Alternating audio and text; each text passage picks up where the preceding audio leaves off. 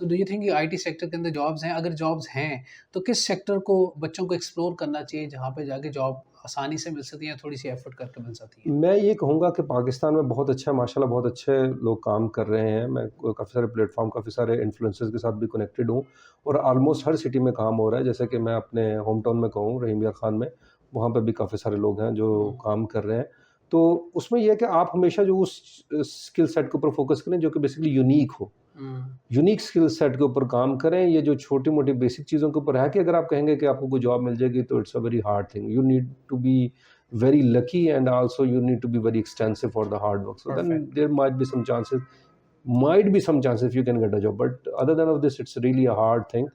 जैसे मैंने पहले कहा कि बेसिकली दुबई में अपॉर्च्युनिटीज़ हैं, बट ये बड़ी कॉम्पिटिटिव मार्केट हुँ, है, 200 प्लस नेशंस हैं, आपको काफ़ी सारा टफ कॉम्पिटिशन्स मिलेगा, तो you need to be very sharp in your skill.